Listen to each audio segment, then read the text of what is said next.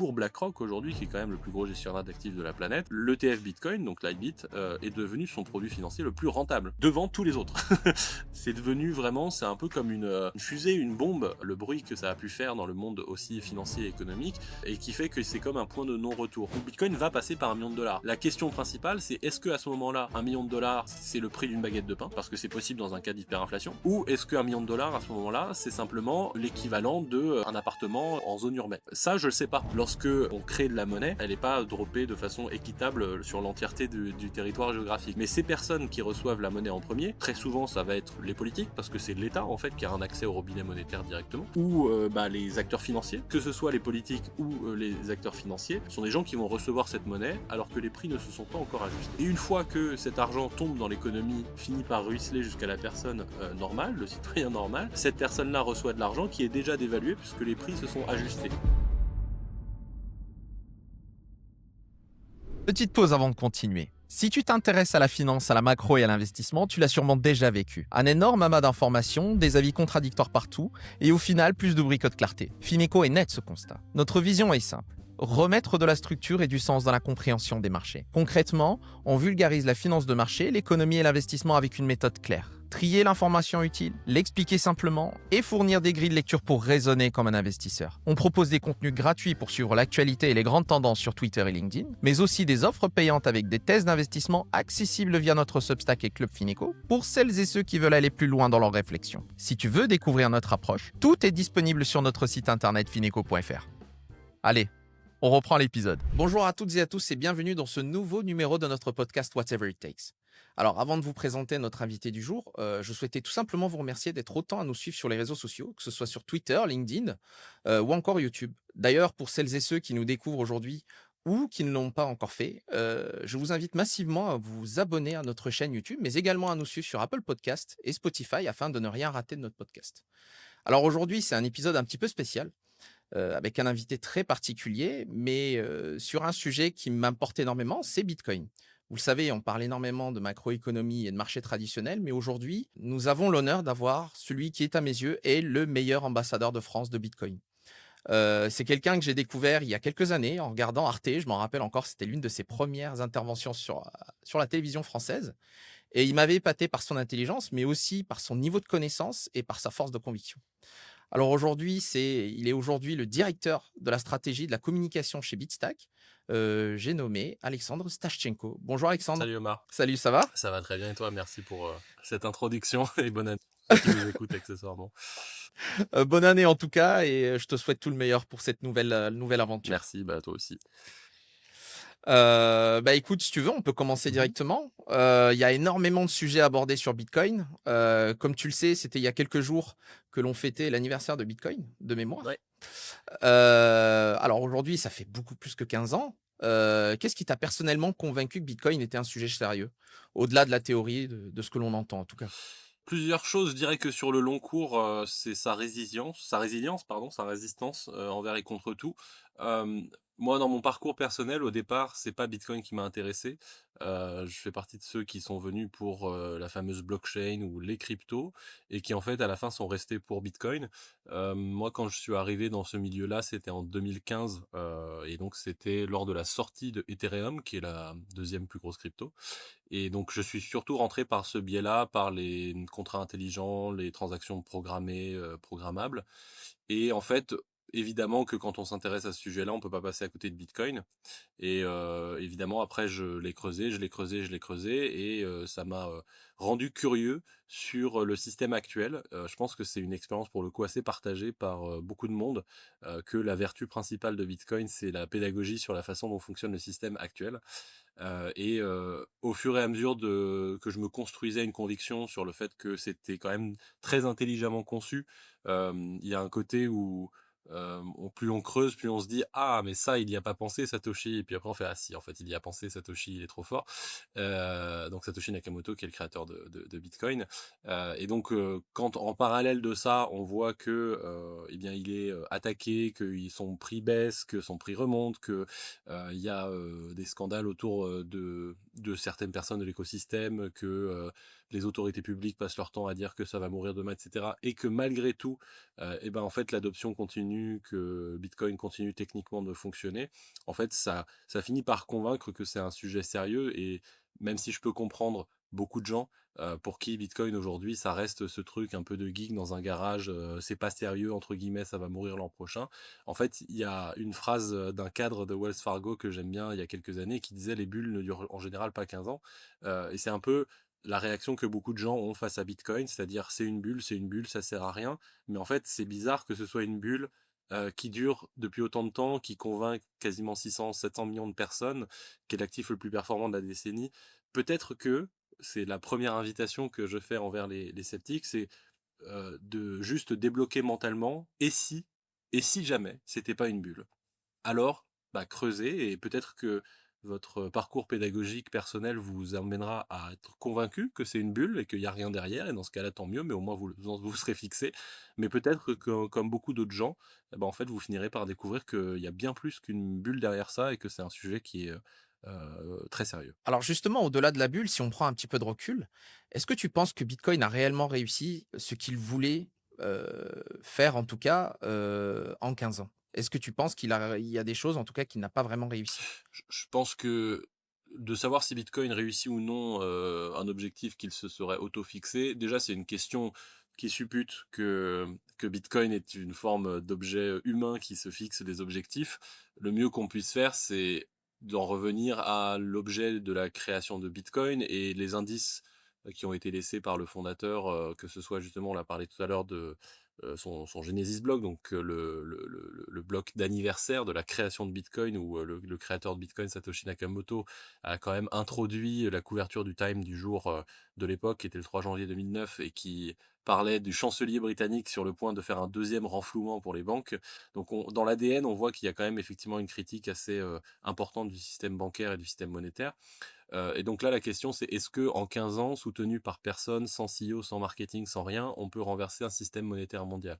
La réponse est de facto non, puisque c'est toujours le système dans lequel on est. En revanche, ce serait cavalier de penser heu, que les bitcoiners pensent que ça se fait en 15 ans. Beaucoup de bitcoiners convaincus sont convaincus que c'est une affaire générationnelle, et que en 15 ans, on ne va pas renverser un système monétaire. En revanche, si on regarde froidement, la progression de Bitcoin, on peut être que surpris, des «succès» entre guillemets rencontrés par Bitcoin dans son adoption, malgré une hostilité quasi généralisée.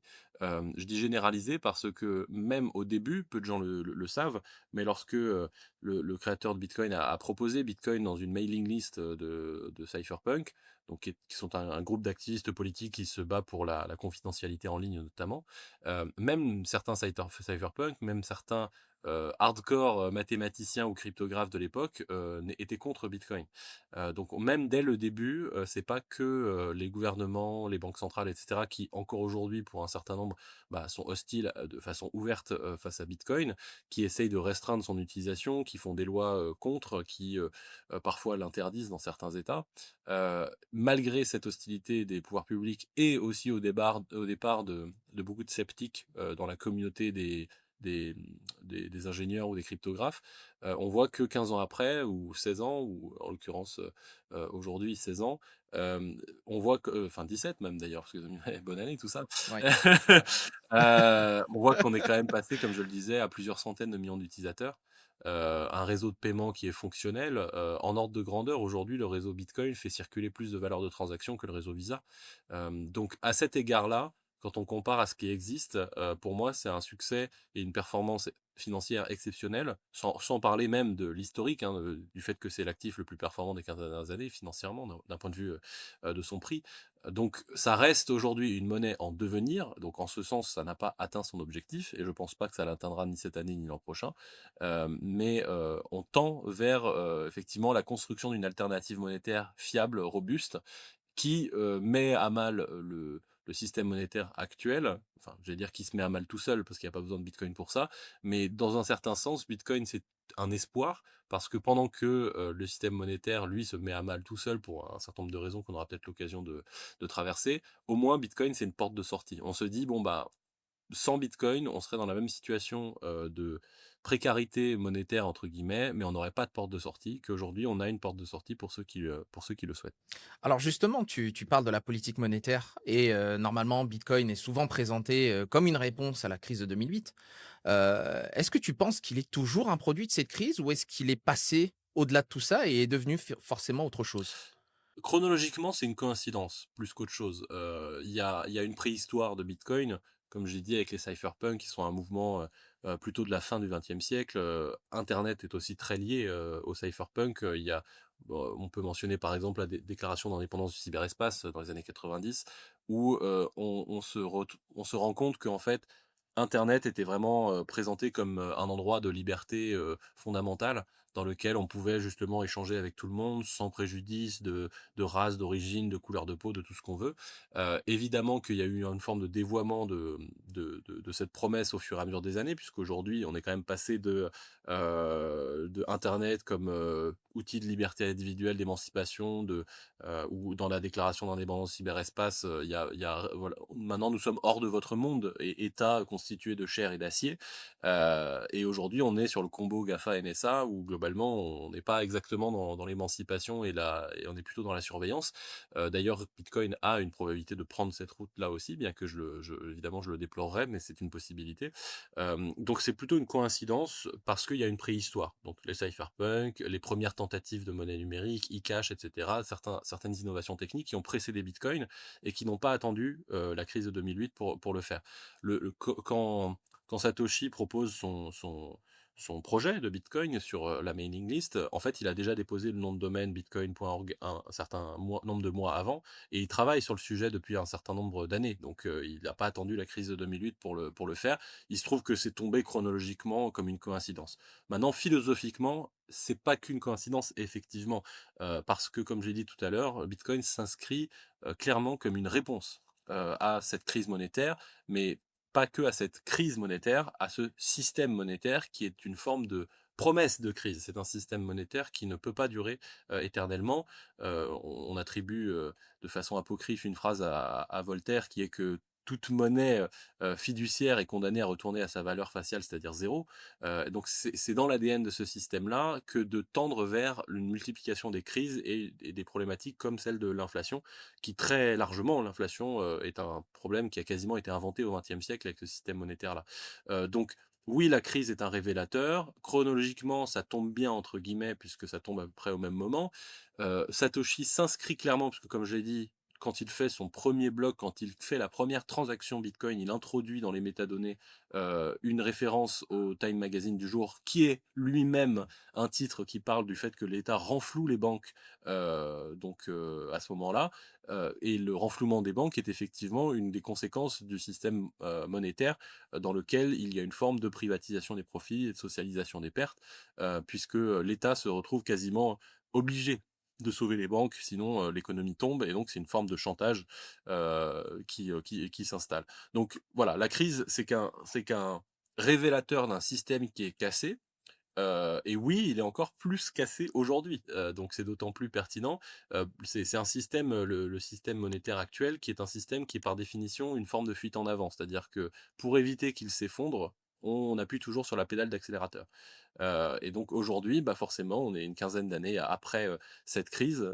Est-ce qu'on a réglé nos problèmes monétaires? Est-ce qu'on est revenu à une forme de, sobriété ou de discipline budgétaire au niveau des dépenses publiques et des États? Absolument pas. On a bien plus accéléré sur la pédale de l'accélérateur, appuyé pardon sur la pédale de l'accélérateur. Donc on n'est pas sorti de cette crise-là, et c'est pour ça qu'on doit espérer que, autant que faire se peut, Bitcoin soit prêt comme une alternative utilisable par n'importe qui, ce qui n'est pas le cas encore aujourd'hui, mais il faut espérer que ce soit prêt pour lorsque, eh bien cette, fuite en avant, amorcera une phase exponentielle, qu'on espère, qu'elle n'a pas encore amorcée aujourd'hui. Alors justement, on va parler probablement, enfin même c'est certainement, de cette fameuse fuite en avant. Mais aujourd'hui, tu parlais de la position de Bitcoin finalement dans le monde. Moi, c'est une petite question que je me posais, c'est selon toi vraiment à quel moment on est passé d'un objet marginal à un sujet macro incontournable aujourd'hui? Pour moi, c'est sur les 2 années qui précèdent, la séquence 2024-2025, à mon sens, est à considérer si on prend du recul évidemment, c'est un tout.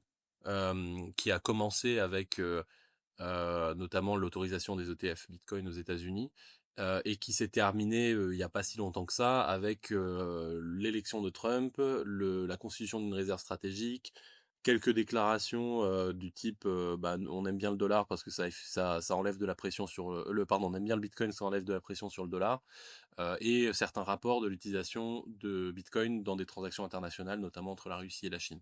Hem, Moi je l'ai vu clairement. Moi, je suis dans le Bitcoin depuis 2015 donc. En 2015, c'était vraiment, vous êtes mignons. Il y a eu tout un passage, vous êtes dangereux, puisque évidemment, il y a, la volatilité, les gens qui perdent de l'argent et cetera, machin. Il y a eu tout le passage, vous financez le terrorisme, le blanchiment d'argent et cetera, qui, pour refaire une parenthèse, est exactement le genre de choses qui ont été envoyées à la figure d'internet dans les années 80-90, hein. C'est-à-dire, l'endroit où on trouve des recettes pour faire des bombes, l'endroit où, il y a, que des terroristes et cetera, et puis finalement, bon, bah, on se trouve qu'il y a pas que ça.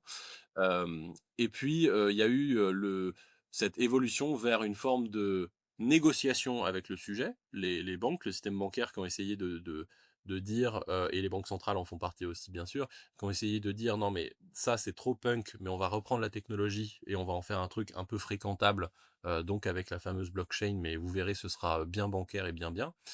Et puis il y a eu là vers, 2023-2024-2025 cette évolution vers, en fait, on arrête de négocier avec le sujet.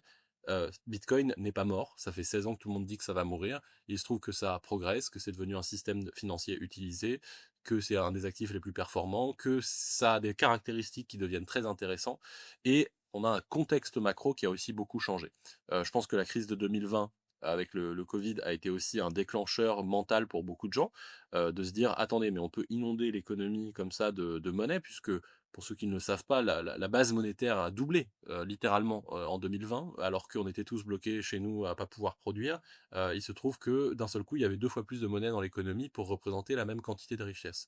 Et donc forcément, les années 2021, 2022, 2023, 2024, ben, d'un seul coup, on a eu le retour de l'inflation, qui est arrivé comme une forme de surprise, pour beaucoup, alors que c'est la conséquence normale d'une augmentation, aussi énervée de la masse monétaire. Et puis on a eu donc 2024, vrai tournant où, après avoir, parce qu'il faut le préciser aussi, hein, l'autorité des marchés financiers américains n'a pas respecté la loi pendant 10 ans. C'est-à-dire qu'ils ont interdit aux acteurs de marché la mise sur le marché de produits indiciels sur Bitcoin, et c'était pas légal ce qu'ils faisaient. Ils le faisaient en mode abus de position dominante: «Je suis le régulateur, vous n'avez pas le droit de faire ça». Et c'est au bout de 10 ans de lutte que, en 2024, le pouvoir, judiciaire américain dit au régulateur: «En fait, vous n'avez pas le droit, et maintenant que vous avez perdu votre dernier procès, votre dernier recours, vous avez donc l'obligation d'accepter la mise sur le marché de ces produits». Et donc c'est à contre-cœur que l'autorité des marchés financiers américains a autorisé la mise sur le marché de ces fameux ETF, Bitcoin, qui ont eu un succès absolument colossal, hein. C'est dans les annales de la finance aujourd'hui. Oui, BlackRock, de mémoire, approche des 100 milliards d'actifs sous gestion sur son ETF, Bitcoin, oui, avec une vitesse de collecte qui a été, absolument inédite. Je crois que les 80 milliards ont été atteints, en un peu moins d'un an, alors que le oui. précédent, record, pour toucher 80 milliards d'actifs sous gestion, c'était quelque chose comme 5 ans. Donc on a absolument pulvérisé tous les records de rapidité, de performance et cetera. Et pour BlackRock aujourd'hui, qui est quand même le plus gros gestionnaire d'actifs de la planète, l'ETF Bitcoin, donc l'IBIT, est devenu son produit financier le plus rentable, devant tous les autres. Donc C'est vrai. C'est vrai. c'est devenu vraiment, c'est un peu comme une fusée, une bombe, le bruit que ça a pu faire dans le monde aussi financier et économique, et qui fait que c'est comme un point de non-retour. C'est-à-dire que même, l'an dernier, fin d'année, un Vanguard qui avait dit pendant très longtemps: «Non, non, moi je refuse de toucher à ce truc-là», a fini par dire: «Bon, bah, désolé, en fait, je vais être obligé de craquer moi aussi parce qu'il y a tellement une opportunité de marché qu'on laisse passer, qu'on ne peut pas se permettre d'être idéologique, là-dessus, et donc on va, aussi, l'autoriser». Donc ça, c'est sur la partie finance institutionnelle, qui fait que, à mon sens, on a passé un point de non-retour, Ça sert. dans le sens positif, hein, C'est vrai, entre guillemets, en termes d'adoption.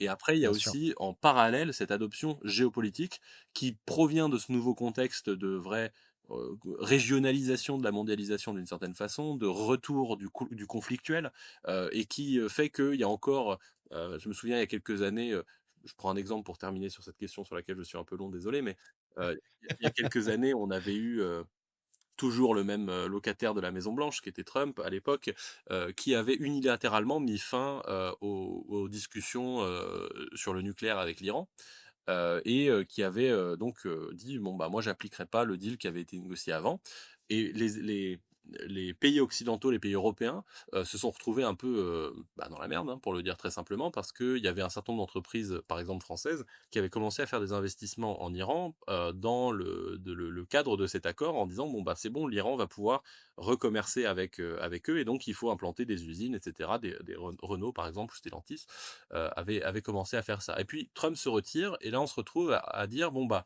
les États-Unis font un embargo, sur l'Iran, très bien, mais nous, Européens, nous n'avons pas fait d'embargo sur l'Iran. Donc on est censé pouvoir commercer avec ce pays».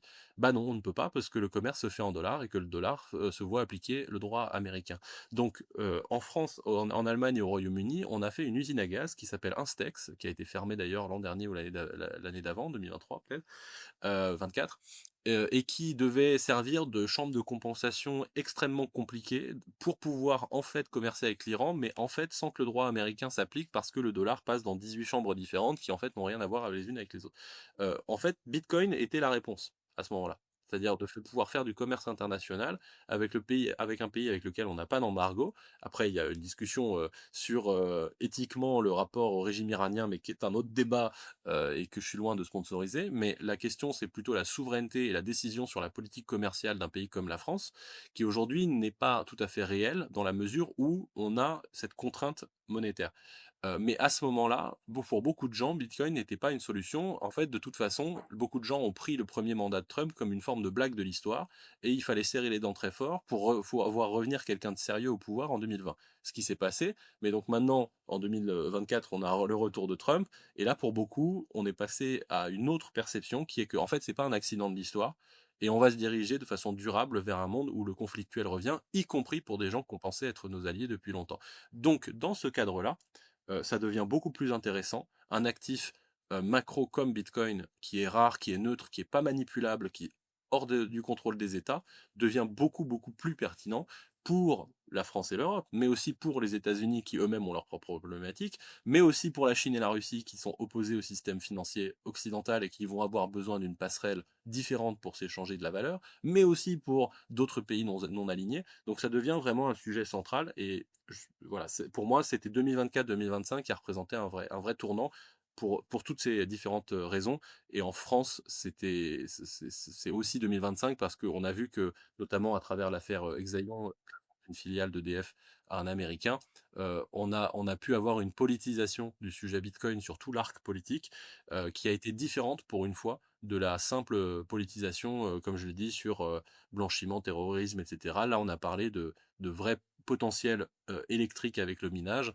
on a parlé de souveraineté, on a parlé de géopolitique, et donc ça, c'était, pour l'instant, une petite goutte d'eau, mais on espère qu'en 2026, on pourra encore avancer sur ce sujet-là. Alors, c'est une superbe transition parce que du coup, ça va nous permettre de discuter du premier sujet, hein. C'est un petit peu le parallèle que l'on trouve aujourd'hui entre Bitcoin et l'or.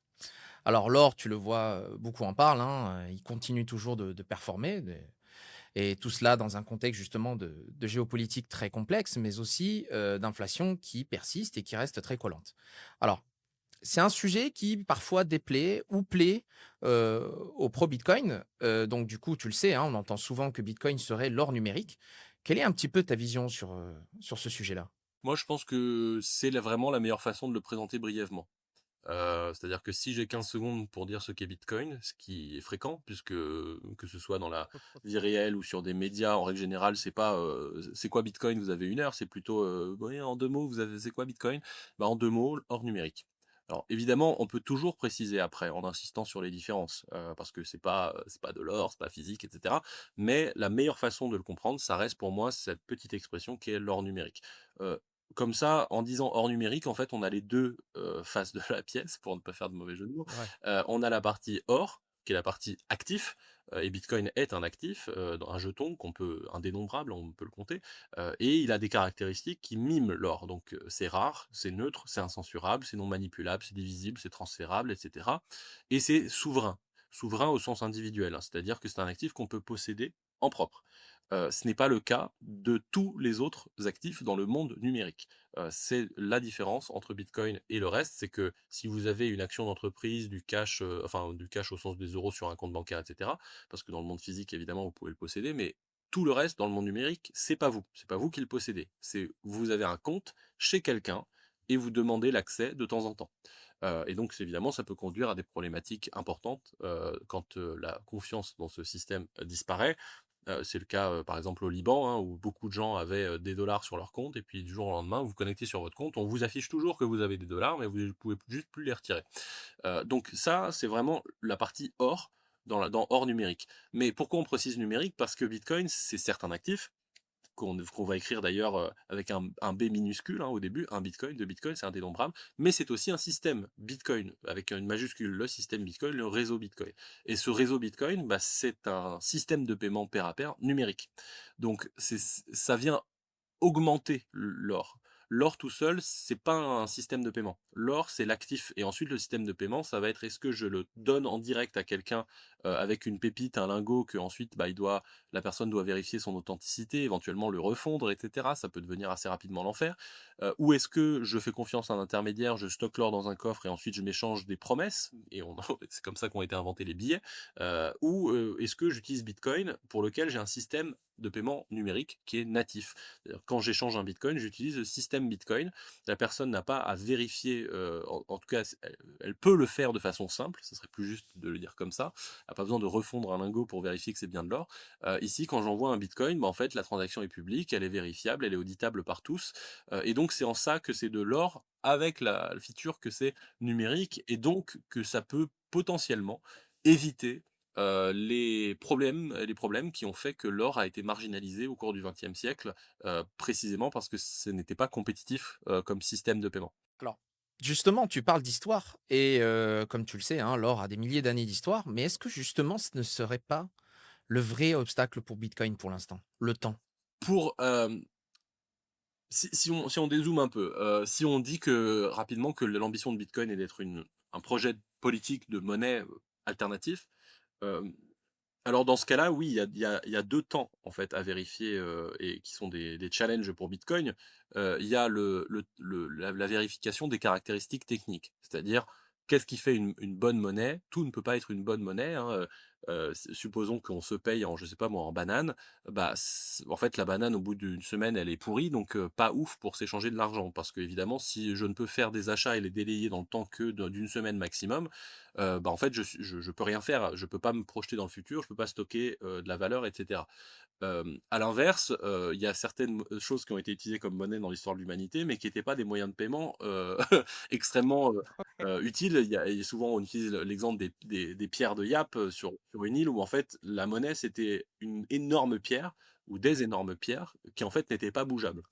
Donc en fait, on venait juste inscrire quelque part que cette pierre-là, bah, maintenant elle appartient à quelqu'un d'autre. Bah, dans ce cas-là, oui, mais ça s'appelle un registre, hein, ça s'appelle pas une pierre.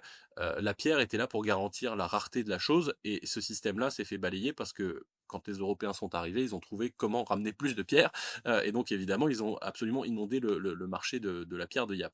Mais tout ça pour dire qu'il faut quand même des caractéristiques pour être une bonne monnaie. Et ces caractéristiques, bah, ça, c'est celles que Bitcoin doit démontrer techniquement. Et c'est ce qu'il fait depuis une quinzaine d'années. Donc le fait d'être non manipulable, fiable, rare, divisible, transférable, etc., etc. Mais une fois qu'on a tout ça, on n'est toujours pas une monnaie. Ce qui va vraiment faire le game changer pour être une monnaie ou non, c'est une fois qu'on a prouvé tout ça, l'acceptation sociale. Une monnaie est une monnaie s'il existe un consensus au sein d'une communauté pour payer avec. Et donc évidemment, pour l'or, ce consensus, bah, il a 3000 ans. Donc quand on a un consensus de 3000 ans, on se retrouve avec, un objet, que, un Keynes qualifiait de relique barbare, mais ça a beau être une relique barbare, en fait, si jamais il y a un gros cataclysme sur Terre, vous verrez que c'est dans l'ADN de l'humain, de se tourner vers l'or lorsqu'on ne sait plus quoi prendre pour garder de la valeur dans le temps. Pour Bitcoin, manifestement, il n'y a pas cette historicité de 3000 ans. C'est pour ça que je disais que c'était une affaire générationnelle tout à l'heure. C'est que, heu, aujourd'hui, il y a encore une part de Bitcoin qui relève de l'actif risqué, de l'actif technologique, avec une prise de risque sur la capacité à créer ce consensus social. Et Un consensus social, pour toute personne qui est dans l'innovation, il le sait bien, c'est pas forcément la solution techniquement la meilleure qui gagne. Donc on a toujours un scénario, négatif pour Bitcoin, dans lequel Bitcoin coche toutes les cases techniquement et sait tout bien faire, mais socialement, il n'arrive pas à générer de consensus. Ça peut être pour des raisons d'expérience utilisateur, par exemple, que si elle est trop compliquée, bah, les gens vont faire autre C'est chose. vrai. Donc c'est un des obstacles, cette historicité, mais pas tant l'historicité pour le principe de l'historicité, c'est plus, il faut être en capacité de générer un consensus et l'historicité est en règle générale le meilleur moyen de le faire. C'est le temps, c'est le temps qui va le plus aider à créer ce consensus. Et après sur la rareté, parce que c'est ça, hein, quand on cherche l'historicité, c'est parce qu'en fait on se raccroche à une forme de loi, quasiment naturelle qui est de se dire, peut-être à tort, mais c'est comme ça qu'on fonctionne, que plus quelque chose a existé longtemps sans problème, plus il est probable que ça continue. Et donc on se raccroche à cette règle-là. Et à cet égard, je pense qu'il y a quand même une distinction à faire là-dessus entre l'or et le Bitcoin, notamment sur la qualité de la rareté de ces deux items, puisque la rareté de Bitcoin, elle est à la fois plus parfaite et plus imparfaite que celle de l'or. Elle est plus parfaite parce qu'elle est absolue, ce qui n'est pas le cas de l'or, hein. L'or n'est pas en quantité, n'est pas rare de façon absolue, c'est-à-dire qu'on sait qu'il y en a une quantité finie sur Terre, on ne sait pas combien. Si on fait vraiment des réflexions très éthérées, on peut très bien dire que si jamais demain une météorite tombe sur la planète, elle peut ramener de l'or et augmenter le stock. C'est improbable, mais c'est possible. Sur le cas de Bitcoin, la rareté est absolue, c'est-à-dire qu'on sait combien il y en aura à terme, donc aux environs de 21 millions. C'est pas pour tout de suite, hein, il nous reste à peu près 120 ans avant d'y arriver. Ouais, une centaine, Ouais, ouais. mais en tout cas, on sait que ces bitcoins sont bloqués dans le temps, en fait, qu'ils seront émis à des dates, qu'on connaît d'avance. Donc la rareté, elle est bien plus absolue, que par rapport à l'or dont la rareté est très forte, mais elle est relative. Et accessoirement, ça se traduit dans un concept économique qui est l'élasticité. Si demain le prix de l'or, fait fois 2, fois 4, c'est autant d'incitation pour les mineurs d'or de redoubler d'efforts pour augmenter le flux. Et donc finalement, on va vers un équilibre de marché où quand le prix augmente, les mineurs minent plus, et quand ils minent plus, bah, ils sortent plus d'or de terre, et quand ils sortent plus d'or de terre, il y a plus d'offres, et donc le prix rediminue vers un équilibre de marché. Pour Bitcoin, c'est le seul actif sur Terre pour lequel il n'y a pas d'élasticité. Parce que la façon dont est programmé l'algorithme de minage de Bitcoin, c'est pas plus on mine, plus on trouve, c'est le temps. C'est le 10 minutes est en l'occurrence la cible temporelle de création de nouveaux bitcoins. Et ça, vous pouvez doubler, quadrupler la quantité de minage sur le réseau de Bitcoin, ça ne changera rien par rapport à l'offre disponible de Bitcoin. Donc en ce sens, c'est aussi une rareté qui est plus parfaite au sens plus absolu. Mais, je terminerai là-dessus, c'est une rareté qui est bien plus imparfaite parce qu'elle est artificielle et informatique. Et donc forcément, on rentre dans le domaine du créé par l'humain, donc faillible. On n'est jamais à l'abri d'un bug sur Bitcoin. Ça, voilà, ça a beau ne pas être arrivé depuis une quinzaine d'années, c'est pas impossible que ça arrive l'an prochain, dans 5 ans, dans 6 mois, j'en sais rien. Ça veut dire aussi que Bitcoin est exposé à un certain nombre de risques, ou en tout cas peut subir des conséquences sur d'autres systèmes techniques. S'il y a plus d'électricité, s'il y a plus d'internet, etc., ça devient beaucoup plus difficile d'utiliser Bitcoin. Et donc l'or n'est pas confronté à ce genre de choses. S'il y a un cataclysme majeur demain sur la planète, qu'il n'y a plus d'électricité nulle part, l'or continue de fonctionner, le Bitcoin s'arrête de fonctionner. Alors après, est-ce qu'il y a un cataclysme où il n'y a plus d'électricité partout sur la planète de façon simultanée? Est très possible, ça c'est un autre débat. Mais en l'occurrence, les deux sont pas nécessairement exclusifs l'un de l'autre. Ils ne remplissent pas les mêmes conditions de rareté dans les deux cas. Voilà. Mais donc, pour venir à ta question, le principal obstacle pour moi, c'est le consensus social, dont l'historicité est à mon sens une des variables discriminantes principales. Alors bien évidemment, tu parles de rareté et tu connais, le lien qu'il y a entre rareté et inflation. Donc Bitcoin a bien évidemment, en ce sens, été souvent présenté comme une couverture contre l'inflation, comme l'or justement. Quelle est ta vision là-dessus? Est-ce que tu penses vraiment qu'il a pleinement rempli son rôle sur cet aspect? Bah, déjà, il faut définir ce qu'est l'inflation, parce que déjà ça c'est un thème qui pourrait nous occuper 1 heure. Hem, Aujourd'hui, l'inflation a pris un sens commun, on va dire, mais qui s'est écarté de son sens originel. Aujourd'hui, par l'inflation, on désigne alors pour vraiment le commun des mortels, ça veut dire hausse des prix. Heu, pour le consensus économique, c'est pas juste hausse des prix, c'est une hausse durable et généralisée des prix. Parce qu'évidemment le reste peut être juste simplement un effet de marché, hein. S'il y a moins d'offres, bah, le prix monte et cetera. Là, pour qu'il y ait de l'inflation, il faut que ce soit partout et de façon durable, qu'on ne revienne pas en arrière. Maintenant, ça, c'est plus la définition du thermomètre. C'est-à-dire que Ah, je vois où tu vas en venir. c'est possible qu'on me voit arriver gros comme une maison. Mais, heu en fonction de là où on met le thermomètre, on va pas mesurer les mêmes choses. Le L'inflation originale, dans son sens, c'est inflate, hein, grandir, faire grossir, ça veut dire vraiment l'augmentation de la masse monétaire qui vient, heu, faire perdre du pouvoir d'achat à la monnaie. Et c'est parce que la monnaie perd du pouvoir d'achat que sa conséquence directe principale, c'est que les prix montent. Mais c'est pas parce que d'un seul coup, tout est devenu plus rare. C'est parce que d'un seul coup, vous devez acheter les mêmes produits avec une unité monétaire qui a moins de valeur. Et donc, si elle a moins de valeur, il vous en faut plus pour acheter la même quantité d'objets.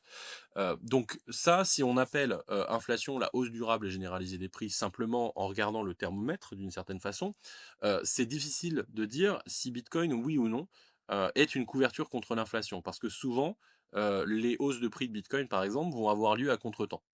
Bitcoin va se mettre à augmenter alors que l'inflation est en train de diminuer, par exemple, ou l'inverse. Et donc, on peut forcément se poser des questions sur le lien, la corrélation, ou en tout cas la causalité qu'on peut trouver entre les deux. En revanche, si on essaye de mesurer la chose en amont, c'est-à-dire l'augmentation de la masse monétaire, là, on trouve des choses plus intéressantes parce que, évidemment, il y a un délai entre l'augmentation de la masse monétaire et la traduction en effet dans l'économie réelle. Euh, Effets qui ne sont d'ailleurs pas que la hausse générale et durable des prix. Aujourd'hui, je pense d'ailleurs que ce schéma, mental qui est de regarder simplement l'augmentation des prix, au supermarché est à mon sens complètement incomplète parce que on va retrouver dans d'autres endroits les conséquences de cette augmentation de la masse monétaire. En particulier dans le prix des actifs financiers. Lorsqu'il y a une augmentation, vraiment, forte de la masse monétaire, on parlait du Covid tout à l'heure, comment expliquer que on double la masse monétaire ou la base monétaire lorsque tout le monde est chez soi à plus produire de richesse et que dans le même temps, eh ben, en fait, on a les actifs financiers qui reprennent leur route à la hausse, et qui battent des records, qu'on n'a jamais vus, alors même que, bah, les gens sont chez soi et chez eux et ne produisent plus de richesse. Bah, c'est parce que cet argent qui est créé nouvellement, il faut bien qu'il se diffuse dans l'économie d'une façon ou d'une autre. Et aujourd'hui, une des façons principales de se diffuser dans l'économie, c'est par, ce qu'on appelle l'effet cantillon, c'est-à-dire que les gens qui sont le plus proches de la source de monnaie, bah, sont les premiers à en profiter avant que les prix ne s'ajustent. Donc pour faire un schéma un peu caricatural, vous m'excuserez pour les raccourcis, mais c'est pour, être plus clair. Lorsque, on crée de la monnaie, elle tombe dans des poches. Elle est pas droppée de façon équitable, sur l'entièreté du territoire géographique. Donc il y a des gens qui récupèrent cette monnaie, qui l'insèrent dans l'économie et ensuite en l'insérant dans l'économie par une forme de ruissellement, bah, ça a fini par arriver, jusqu'aux personnes, jusqu'aux citoyens lambda. Mais ces personnes qui reçoivent la monnaie en premier, très souvent ça va être, les politiques parce que c'est l'État en fait qui a un accès au robinet monétaire directement, via les obligations, les rachats d'obligations notamment par les banques centrales, ou bah, les acteurs financiers, puisque c'est vers eux que la création de crédit et notamment les établissements de crédit, c'est eux qui ont le monopole sur l'émission de crédit, donc c'est eux qui ont accès au taux de la banque centrale par exemple, donc pour bénéficier de ce robinet d'argent magique. Et donc que ce soit les politiques ou les acteurs financiers, sont des gens qui vont recevoir cette monnaie alors que les prix ne se sont pas encore ajustés. Donc eux vont en profiter, ils ont de la monnaie gratuite qui tombe du ciel et ils vont pouvoir acheter des actifs qu'ils savent rares, donc des actions d'entreprise, de l'immobilier, des œuvres d'art, etc. et des bitcoins. Et une fois que cet argent tombe dans l'économie, finit par ruisseler jusqu'à la personne normale, le citoyen normal, cette personne-là reçoit de l'argent qui est déjà dévalué puisque les prix se sont ajustés. Donc pourquoi je dis tout ça? Parce que la question était sur, la couverture contre l'inflation. Oui, c'est une couverture contre l'inflation, mais l'inflation au sens originel. C'est-à-dire on se couvre contre la perte de pouvoir d'achat de la monnaie qui, elle, est structurelle, systémique et ne s'arrêtera pas demain a priori, voire même augmentera au fur et à mesure des années. En revanche, si c'est l'inflation au sens, en acheter pour se protéger du plus, 5 ou 10 au supermarché, c'est pas forcément l'actif qu'on va aller chercher parce que il faut que ce soit quand on veut, de la couverture à court terme, on va pas chercher quelque chose qui a une volatilité comme celle du bitcoin. Donc aujourd'hui, c'est plus une protection systémique contre la dévaluation monétaire pour son patrimoine. Et donc, quand on détient du Bitcoin, c'est un horizon de détention de long terme. Et c'est pas tant quelque chose qu'on va acheter et vendre 8 fois dans l'année en se disant tiens, mais là les prix vont monter le mois prochain, donc il faut absolument que j'en achète et que je les revende dans un mois. C'est pas du tout cette perception-là qu'il faut avoir sur Bitcoin. Bah, écoute, c'est une superbe explication parce que je pense que beaucoup se trompent, sur cet aspect-là.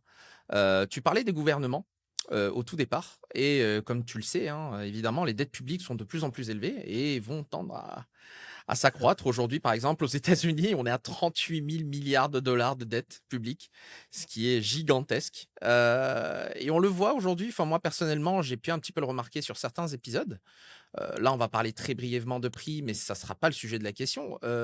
Lorsqu'il y avait des inquiétudes, par exemple sur les taux longs, Bitcoin tenait et résistait en tout cas sur le prix. Est-ce qu'aujourd'hui, tu trouves que Bitcoin est devenu beaucoup plus pertinent structurellement dans un tel contexte? Oui, mais déjà un premier mot, c'est que dans un système monétaire actuel, les dettes publiques élevées sont inévitables. C'est pas une erreur, c'est une feature, c'est une fonctionnalité du système. La tentation est trop forte et la punition est absente. Donc le système monétaire actuel, c'est une forme d'absence de garde-fou. C'est une drogue qui conduit à la dévaluation de la monnaie, soit par un crash, soit par une agonie plus ou moins lente.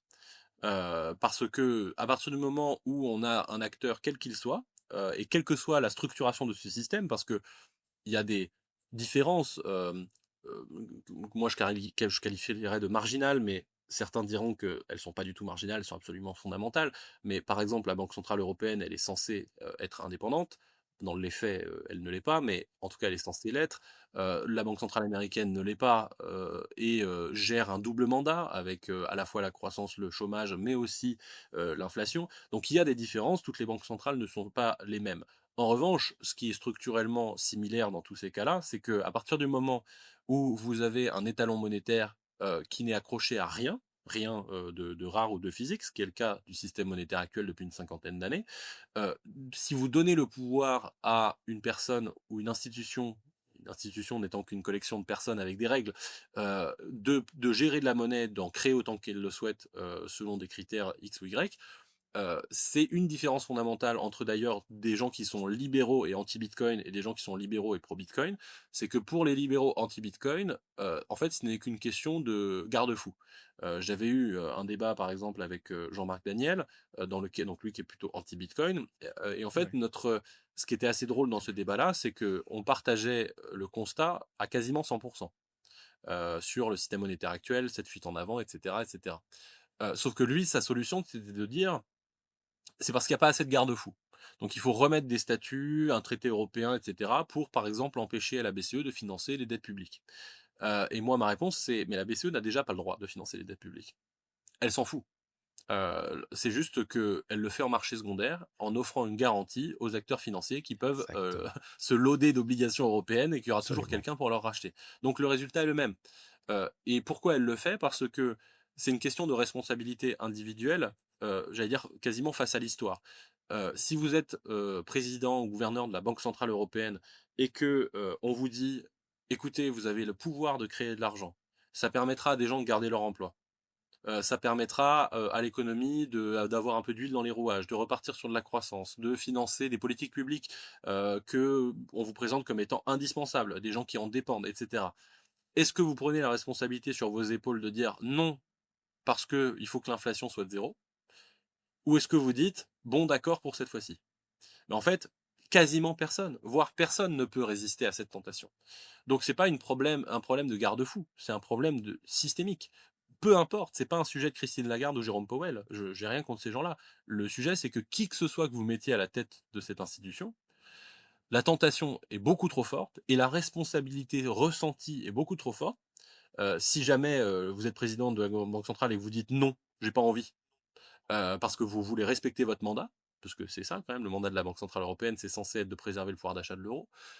Et bien en fait, si jamais l'économie s'effondre juste après, vous en serez tenu pour responsable, de façon quasi certaine. Donc personne ne peut résister à cette tentation, et donc tout le monde est tenté de remettre une pièce dans la machine pour pas faire de mauvais jeu de mots.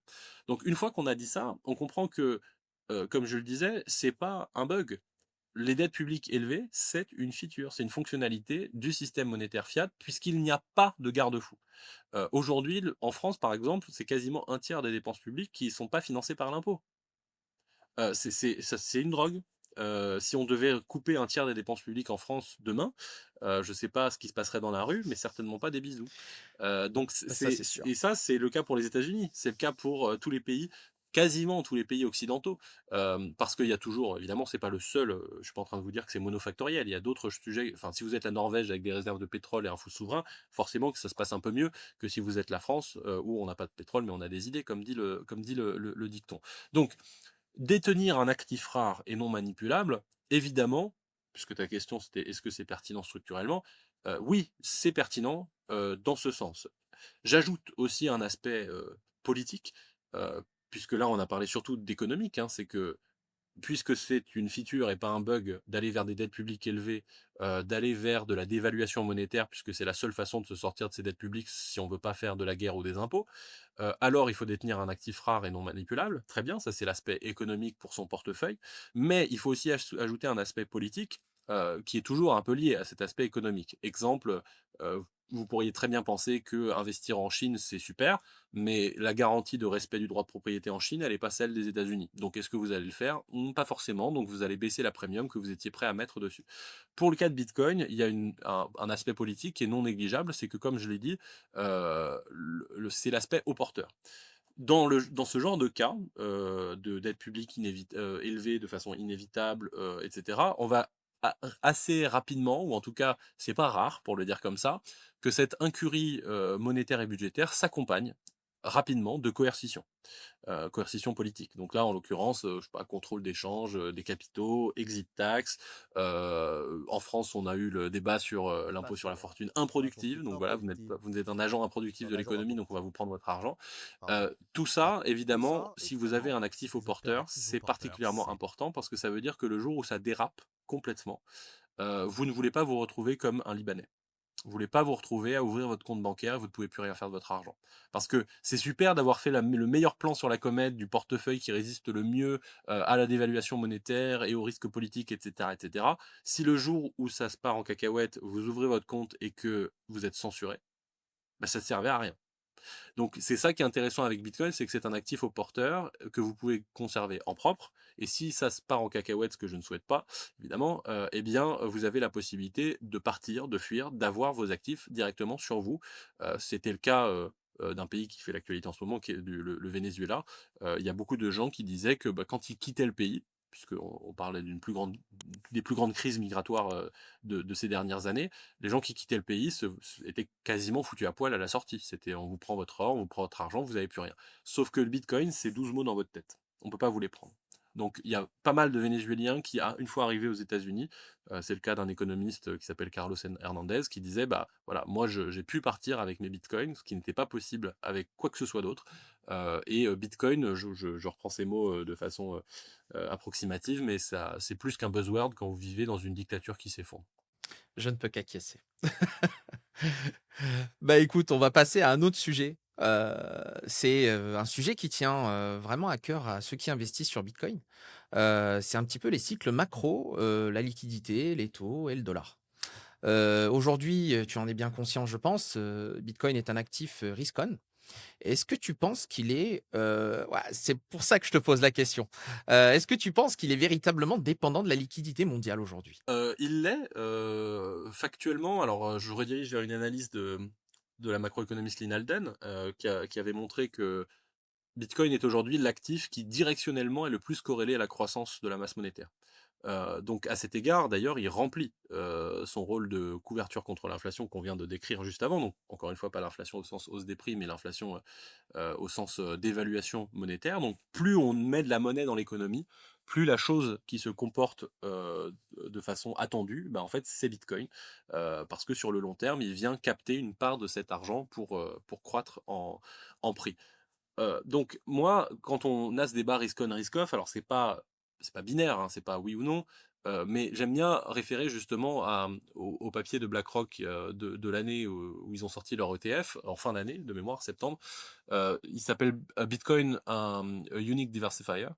Et ce qui est intéressant, c'est que justement BlackRock présente la thèse, de Bitcoin. Pourquoi est-ce qu'il faudrait mettre une part de son portefeuille en Bitcoin? Et dans cette thèse, BlackRock présente, Bitcoin comme étant un actif risk-off.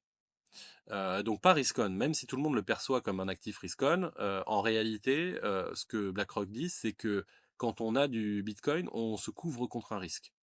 On est risk-off. Maintenant, quel risque?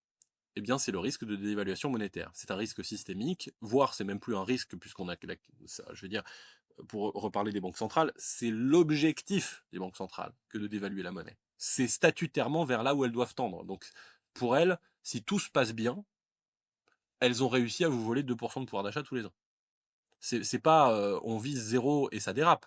C'est on vise de la dévaluation monétaire. Donc, c'est même pas un risque, c'est une certitude, et c'est ce qui fait à dire à beaucoup d'anglophones que cash is trash, hein, c'est toujours le même truc, mais c'est que tout le cash que vous gardez dans votre portefeuille se voit subtiliser une partie de sa valeur tous les ans. Donc, à cet égard-là, non, c'est pas risk-on, c'est risk-off, on le prend comme un outil de diversification et d'épargne sur le long terme pour sortir de ce risque de dévaluation monétaire qui est de plus en plus prégnant. Maintenant, oui, je vais pas dire qu'il n'y a pas une part d'incertitude, de risque technologique, je l'ai mentionné tout à l'heure, hein, on n'est jamais à l'abri d'un bug sur Bitcoin, et cetera. Donc à cet égard-là, il est évidemment risk-on. Maintenant, en gros, quand on regarde les corrélations, c'est très difficile de se positionner sur Bitcoin parce que Bitcoin aime bien changer de corrélation tous les ans. C'est Et vrai, donc, ouais. une année, ça va être corrélé au S&P 500, au Nasdaq, l'autre année, ça va être corrélé à l'or. Donc c'est très difficile d'avoir une lecture si on ne comprend pas la big picture en prenant ce pas de recul qui est cette fameuse corrélation dont je parlais par exemple directionnelle avec M2. C'est-à-dire que quand on regarde année par année, on voit que des corrélations sont changeantes. Quand on dézoome, ce qui ne change pas depuis une dizaine, une quinzaine d'années, c'est que directionnellement, Bitcoin suit l'augmentation de la masse monétaire. Ben justement, tu parles de cela, mais moi, ce qui m'importe et ce qui importe beaucoup de gens, c'est cet aspect, cycle. Tout le monde parle de cycle de 4 ans. Moi, j'ai ma petite idée sur le sujet et j peut-être qu'on a la même opinion. Est-ce que tu penses qu'on est toujours dans un cycle de 4 ans? Ou est-ce que justement tu penses que Bitcoin est véritablement aligné aux cycles macro globaux? Alors, je dirais que moi, à titre personnel, c'est une question que je me pose pas, parce que ma thèse d'épargne, parce que moi je parle plutôt de thèse d'épargne que d'investissement sur Bitcoin, heu, à titre personnel, c'est Bitcoin, c'est pour ma retraite. Donc, savoir si ça a des cycles de 4 ans, de 10 ans, de 5 ans ou de 3 mois ne m'intéresse pas, parce que j'ai pas prévu de vendre, où que ce soit dans ces cycles, supposés. Historiquement, il y a eu des cycles de 4 ans qui étaient globalement calqués sur le halving, donc la division par 2 de la récompense monétaire, des mineurs sur Bitcoin. Ces cycles, de toute façon, au fur et à mesure de la prise en valeur du marché, de la capitalisation, vont être amenés de toute façon à réduire en ampleur, à minima. Parce qu'évidemment, c'est beaucoup plus difficile de faire bouger un marché de 2 000 milliards qu'un marché de 100 milliards. Heu, donc pour moi, les drivers vont devenir de plus en plus externes, macro, qu'ils ne l'ont été jusqu'à présent, puisqu'ils étaient surtout alignés sur des drivers internes. Internes, je veux dire à l'écosystème Bitcoin, que ce soit en termes de narrative, que ce soit en termes de, voilà, de halving de Bitcoin, et cetera. Et j'ajoute par rapport à ça que le halving, comme son nom l'indique et le veut, c'est la division par 2 tous les 4 ans de la création monétaire. Heu, Plus on avance dans le temps, plus cette division par 2 elle est insignifiante. Évidemment, passer de 50 à 25 alors qu'il existe que 3 ou 4 millions de bitcoins, c'est pas le même impact que de passer de 6,25 à 3,125 alors qu'on a déjà 20 millions de bitcoins. Donc c'est pour moi, alors je sais pas si ça répond exactement à ta question, mais les drivers principaux vont devenir des drivers macro, liquidité, risque géopolitique, adoption, consensus, avec la dimension risque qu'on a mentionné aussi, tout à l'heure, les fameuses corrélations changeantes, mais ça va devenir de moins en moins interne, au narratif de l'écosystème que externe et calqué sur du global. Donc justement, tu vois finalement peut-être, les mineurs avoir beaucoup moins de poids, sur Bitcoin plutôt, justement, est-ce que tu vois que l'adoption institutionnelle peut renforcer Bitcoin ou le dénaturer du coup en conséquence de tout cela? Un peu des 2. Ça c'est une réponse, de mi-chemin, mais pour moi, alors si je dois vraiment me positionner, on est plutôt sur du renforce, que sur du dénature, mais c'est du renforce où il faut être vigilant. Ça renforce parce que, si on revient à une phrase qui est souvent mentionnée par les bitcoiners: «Bitcoin is for enemies». Qu'est-ce que ça veut dire Bitcoin est pour les ennemis? C'est que Bitcoin prouve qu'il est un actif neutre si même vos ennemis peuvent s'en servir. Si que vos amis peuvent s'en servir, c'est que c'est pas un actif neutre, donc il n'a pas de proposition de valeur. Donc c'est pour ça que ça amène à cette phrase de Bitcoin est pour les ennemis, et c'est pour ça que tout à l'heure j'ai pris par exemple l'exemple de l'Iran. On pourrait prendre d'autres exemples sur la planète. L'idée n'est pas de dire est-ce qu'on aime ou pas les personnes dont on parle. L'idée c'est si jamais les ennemis ne peuvent pas s'en servir, c'est qu'on n'est pas sur Bitcoin, c'est qu'on est sur Swift. Très bien, pas de C'est problème, vrai. ça remplit son office, mais c'est pas l'office que Bitcoin s'est donné d'être cet actif alternatif, neutre, etc. Donc à partir du moment où on dit Bitcoin is for enemies, on ne peut pas dire, par exemple, ce qui est le cas de certains nombres de bitcoiners, heu, oui Bitcoin, mais pas pour les institutions financières. Bah, donc Bitcoin est que pour les gens que vous aimez alors. Et dans ce cas-là, bah, on revient à la case départ. Donc moi, je ne fais pas partie de ce groupe-là. Je considère que si les institutions financières, si les États, si n'importe qui veut s'en servir, c'est open bar, c'est ouvert, c'est le principe du truc. Pourquoi ça renforce Bitcoin? Parce que c'est skin in the game. C'est que à partir du moment où vous avez, les ETF Bitcoin qui détiennent, collectivement une centaine de milliards de dollars, qui, ont impliqué probablement un bon 20 ou 25 des Américains dans la détention de crypto, et qui maintenant devient quasiment, un élément de campagne présidentielle pour se faire élire. Ça veut dire quoi? Ça veut dire qu'il y a trop de skin in the game. Il y a trop de gens qui ont du Bitcoin pour que le pouvoir politique américain décide unilatéralement de dire: «On revient en arrière, on C'est interdit vrai. tout ce truc». Donc ça, en soi, c'est une forme de renforcement parce que ça veut dire qu'on est moins à la merci, de caprices, comme ça a été le cas, par exemple, en 2020-2021. Il y avait Elon Musk qui avait dit: «Tesla, on va mettre du bitcoin à notre bilan», et puis 6 mois après: «Bah, bon non, en fait, flemme», et le marché suit en conséquence à chaque fois en se disant: «Ouh là là, Tesla en a, Tesla en a pas, Tesla en a, Tesla en a pas, on sait pas». Bon, plus on va avancer, plus ce genre d'informations isolées ne va pas compter parce que Tesla en ait ou pas dans son bilan, on s'en fout. Si 25 des Américains en ont, que BlackRock est dessus et que le pouvoir politique américain fait une réserve stratégique de Bitcoin. Si c'est noyé dans un océan d'informations qui sont toutes plus importantes les unes que les autres, ça devient quasiment insignifiant, même si ce genre d'informations il y a 10 ans aurait bien sûr été absolument majeur. Donc plus de skin in the game, moins de risques de retour en arrière, une adoption plus rapide aussi dans le système financier, mais évidemment, ça c'est la partie, il faut être vigilant sur la dénaturation, dénaturement, je sais pas comment on dit. Attention, et là c'est plus un avertissement aux particuliers finaux, puisque l'ETF Bitcoin BlackRock, c'est pas BlackRock qui possède, hein, c'est des particuliers qui possèdent via BlackRock. Attention à ne pas mettre tous ses œufs dans le même panier, c'est-à-dire que, je l'ai dit tout à l'heure, un des avantages de Bitcoin, c'est son caractère souverain, son caractère qu'on peut détenir en propre. Donc ça ne veut pas dire que vous devez tout détenir en propre, parce que détenir en propre, c'est aussi une responsabilité et un risque technologique, même de sécurité physique, accessoirement, on le voit ces derniers temps malheureusement. Euh, mais ça ne veut pas dire non plus que vous devez tout mettre de côté et ne rien détenir en propre. Bitcoin joue son rôle de garde-fou tant que on a la possibilité de le retirer sur des portefeuilles personnels. Vous pouvez être quelqu'un, c'est un peu comme la liberté d'expression entre guillemets, c'est pas parce qu'on n'a rien à dire qu'elle est pas importante. Là, c'est pareil, la capacité à posséder en propre, appelée plus simplement la propriété privée, est une, pierre angulaire de l'état de droit, de la démocratie libérale, et on ne peut pas négocier avec.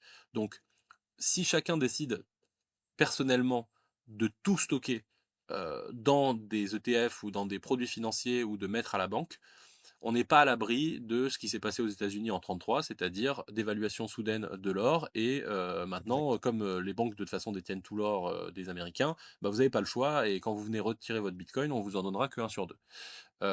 Il faut que, dans la mesure du possible, chacun fasse l'effort de détenir à minima une partie de son patrimoine en Bitcoin, mais au sens détenir en propre. Ça veut pas dire 100, ça veut pas dire 90, ça veut même pas dire 50, ça veut même pas dire 20, ça peut être que 5 ou 1 ou 2. Mais le fait qu'on ait du Bitcoin en autoconservation, en soi, fait partie de la résilience entière du système Bitcoin, et accessoirement de la résilience financière et monétaire vis-à-vis d'un système qui va chercher à offrir de toujours plus de confort pour qu'on se déleste de cette responsabilité. Donc le renforcement est évident en termes d'accélération de l'adoption, mais le risque de dénaturation est tout aussi évident. L'avantage de ce risque, c'est qu'il est parfaitement contrable avec des comportements individuels. Alors, avant de passer à l'autre thématique qui va potentiellement pas trop te plaire, parce que ça va être sur les critiques contre Bitcoin, il y a un autre type de cycle, moi, qui m'importe, et on est en plein dedans aujourd'hui. C'est un cycle, en fait, de tensions géopolitiques. D'accord? Tu parlais de la géopolitique tout à l'heure. Aujourd'hui, on est dans un contexte de rivalité très forte entre la Chine et les États-Unis. Est-ce que tu penses que Bitcoin peut devenir un outil géopolitique dans un monde bipolaire? Bi ou tri ou multipolaire, ça dépend du rôle que prendra l'Union européenne, par exemple. Oui, et je mettrai même pas la phrase au futur, ça l'est déjà en partie, ça a été révélé, l'an dernier maintenant, même si on le pressentait que la Chine et la Russie échangeaient déjà en bitcoin. Certains, opposants politiques dans des régimes, autoritaires, aujourd'hui utilisent déjà bitcoin et on le voit aujourd'hui, par exemple. Le cas du Venezuela est très intéressant parce qu'il fait l'actualité, parce que Trump, y est allé très probablement autant pour préserver le dollar que pour récupérer du pétrole, d'une qualité, douteuse.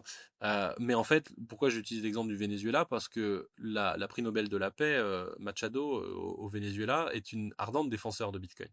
Elle a déjà dit plusieurs fois que Bitcoin est une bouée de sauvetage pour les Vénézuéliens, évidemment le Bitcoin ne prend pas du tout le même sens, si on est, habitant, de Paris, intra-muros, avec une question de gestion de portefeuille, que si on est au Venezuela avec un compte bancaire fermé, une répression, et qu'on a besoin de pouvoir continuer des actions d'opposants politiques. Donc le fait même que, par exemple, dans des pays autoritaires, le Bitcoin soit une forme de bouée de sauvetage, comme le dit Machado, pour des opposants, ça peut aussi avoir un enjeu géopolitique, puisque certains pays pourront être tentés de se servir de Bitcoin pour déstabiliser, par exemple, un certain nombre de régimes ou de pouvoirs politiques. Donc entre ça, le commerce international, la question fondamentale monétaire qui se pose, donc vers quel ordre monétaire allons-nous? Est-ce que certains, par exemple, pensent, c'est peut-être un peu ambitieux, mais que tout ce qui est les États-Unis ont compris que le dollar ne ferait plus long feu et que ils sont en train de «dumper» entre guillemets sur le monde entier, c'est-à-dire en faisant le Inflation Reduction Act, en rapatriant les actifs productifs aux États-Unis, en dévalorisant le dollar, hein, ce que fait Trump depuis maintenant l'an dernier. Autant d'actions qui en fait visent à profiter d'une forme d'effet de sidération pour ramener des actifs productifs et des actifs rares aux États-Unis pour que le jour où le système fiat s'effondre, et bien en fait les États-Unis soient en meilleure position. Peut-être ambitieux comme postulat, mais potentiellement, c'est quand même dans ce genre de direction qu'on peut se diriger, et dans ce cas, Bitcoin est à la fois un système de paiement qui devient géopolitique, puisque c'est aussi un système de paiement qui permet de s'émanciper, comme on l'a dit, du droit américain et qui permet aussi de s'émanciper des systèmes, techniques américains.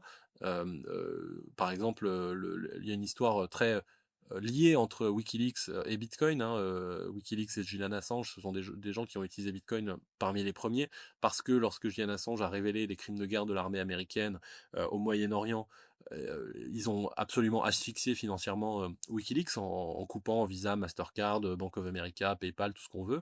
À partir de là, en fait, WikiLeaks a continué de survivre grâce à Bitcoin et on était en 2010-2011 à ce moment-là. Donc ça veut dire qu'il y a des capacités de résistance, à, la coercition, qui passent par Bitcoin, le système de paiement, mais qui passe aussi par Bitcoin, le système monétaire.